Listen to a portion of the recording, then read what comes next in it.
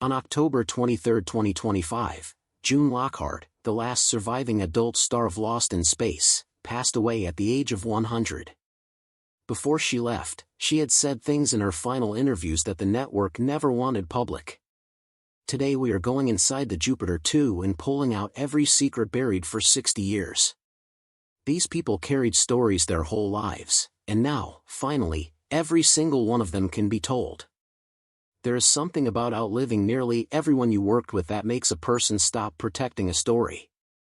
When the cameras are rolling for what might be the last time, you stop choosing your words carefully and you just tell the truth.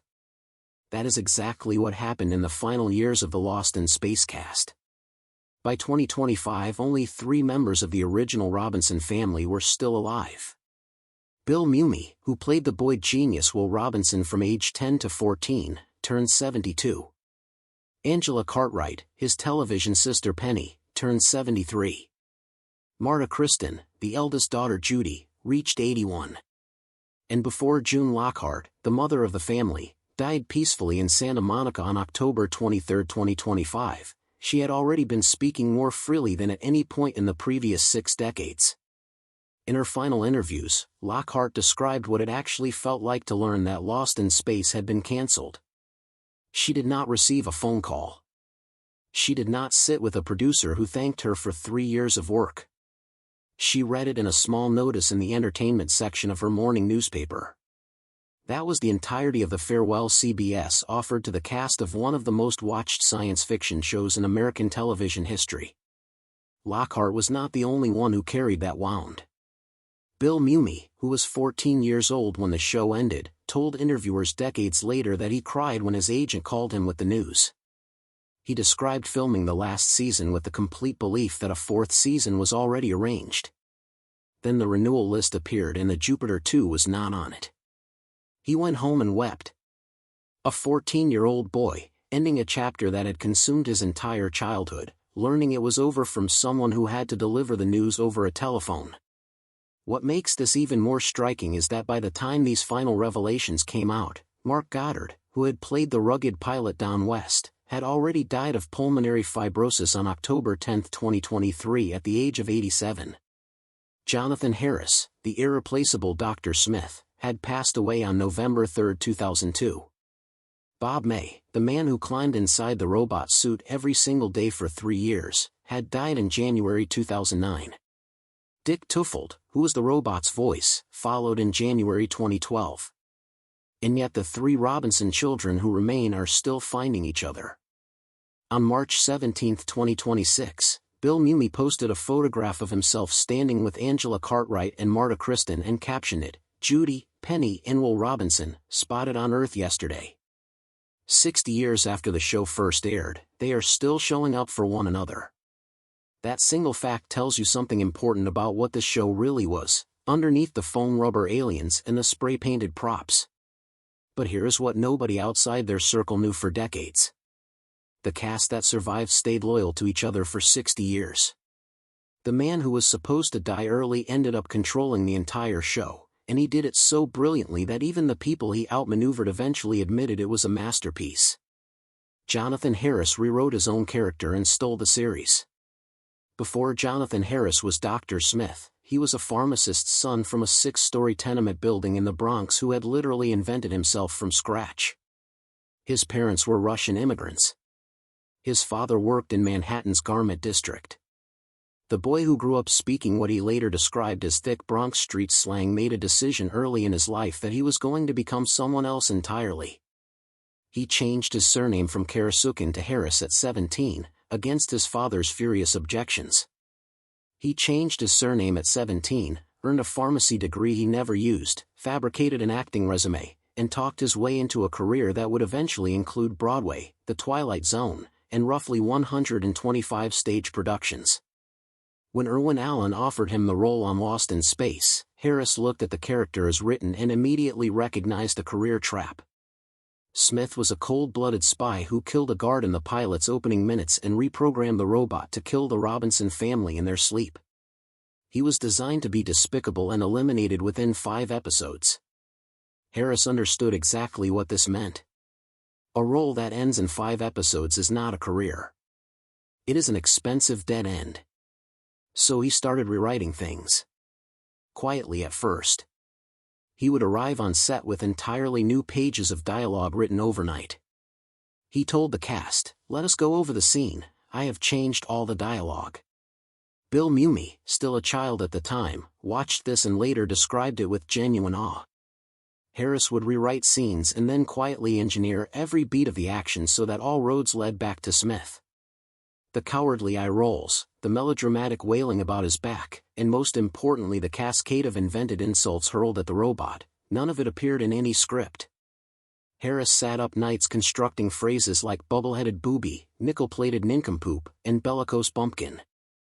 He explained his reasoning with perfect logic. The robot was wise to Smith's schemes, and Smith had to attack it constantly to keep it from exposing him.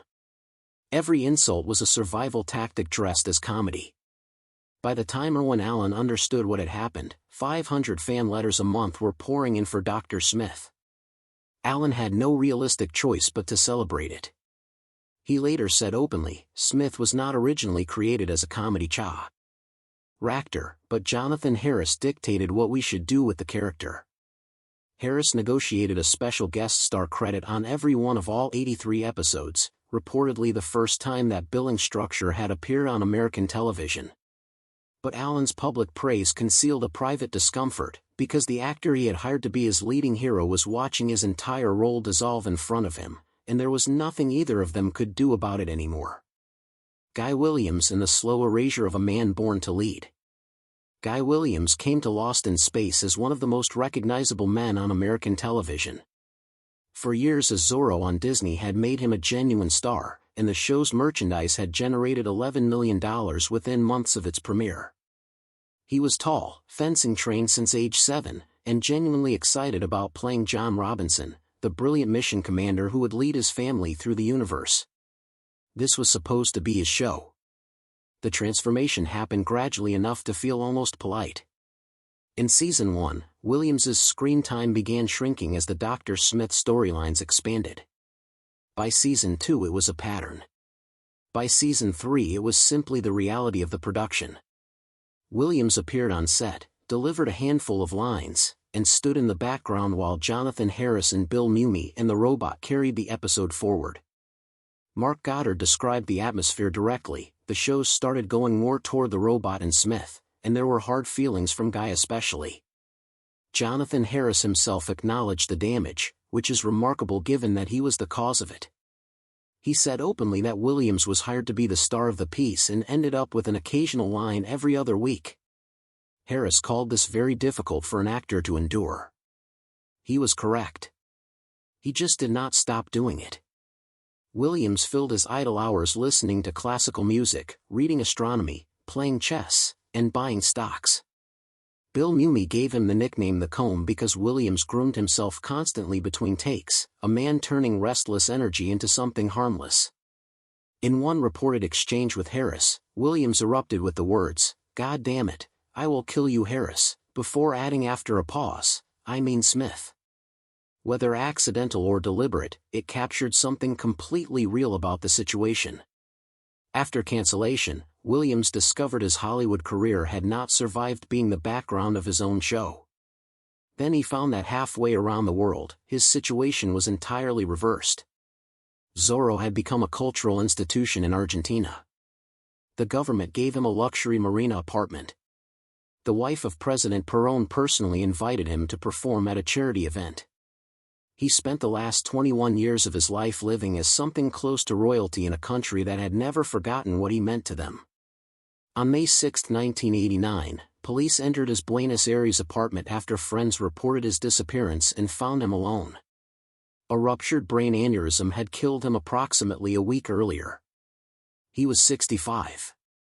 Nobody had known because he had been living alone and mobile phones did not yet exist. The man promised the lead of a television series had died undiscovered, a week before anyone found him, in a country that loved him more than his own industry ever had. Bill Mumy later said simply, when the show ended, he never saw Guy again. Not once. The leading man died alone on the other side of the world. Back on the studio lot where the show had been filmed, another cast member had spent 3 years enduring something far more physically dangerous, and the production company had decided it was not a problem worth solving. Bob May, the robot suit, and 3 years of invisible suffering. Every child who watched Lost in Space in the 1960s loved the robot. It waved its accordion arms, barked warnings, and somehow managed to feel warm despite being made entirely of metal and rubber. For 3 years the person physically inside that machine was suffering in ways the production company had quietly decided were not anyone else's concern. Bob May walked into the Lost in Space audition by accident while applying for a different job at 20th Century Fox.